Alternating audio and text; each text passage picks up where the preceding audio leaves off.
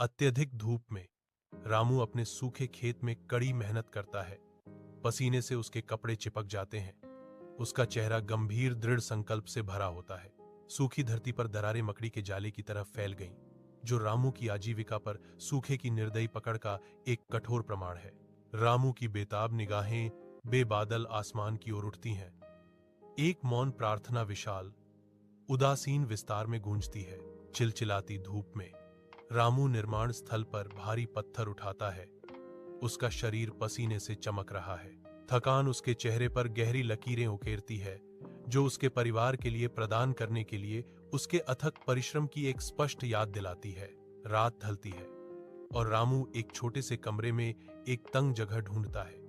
अन्य थके हुए मजदूरों के साथ सन्नाटे को साझा करता है। जीवनदायिनी वर्षा के तहत रामू अपने खेत में बीज बोता है।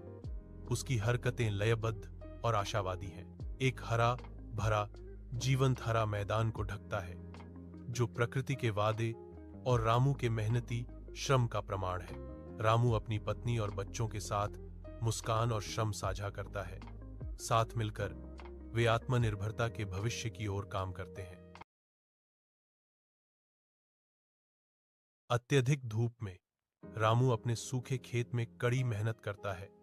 पसीने से उसके कपड़े चिपक जाते हैं। उसका चेहरा गंभीर दृढ़ संकल्प से भरा होता है। सूखी धरती पर दरारें मकड़ी के जाले की तरफ फैल गईं, जो रामू की आजीविका पर सूखे की निर्दयी पकड़ का एक कठोर प्रमाण है। रामू की बेताब निगाहें बेबादल आसमान की ओर उठती हैं। एक मौन प्रार्थना विशाल उदासीन विस्तार में गूंजती है। चिलचिलाती धूप में रामू निर्माण स्थल पर भारी पत्थर उठाता है। उसका शरीर पसीने से चमक रहा है। थकान उसके चेहरे पर गहरी लकीरें उकेरती है, जो उसके परिवार के लिए प्रदान करने के लिए उसके अथक परिश्रम की एक स्पष्ट याद दिलाती है। रात ढलती है और रामू एक छोटे से कमरे में एक तंग जगह ढूंढता है।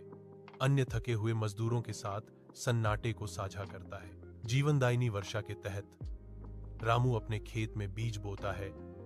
उसकी हरकतें लयबद्ध और आशावादी हैं। एक हरा भरा जीवंत हरा मैदान को ढकता है, जो प्रकृति के वादे और रामू के मेहनती श्रम का प्रमाण है। रामू अपनी पत्नी और बच्चों के साथ मुस्कान और श्रम साझा करता है।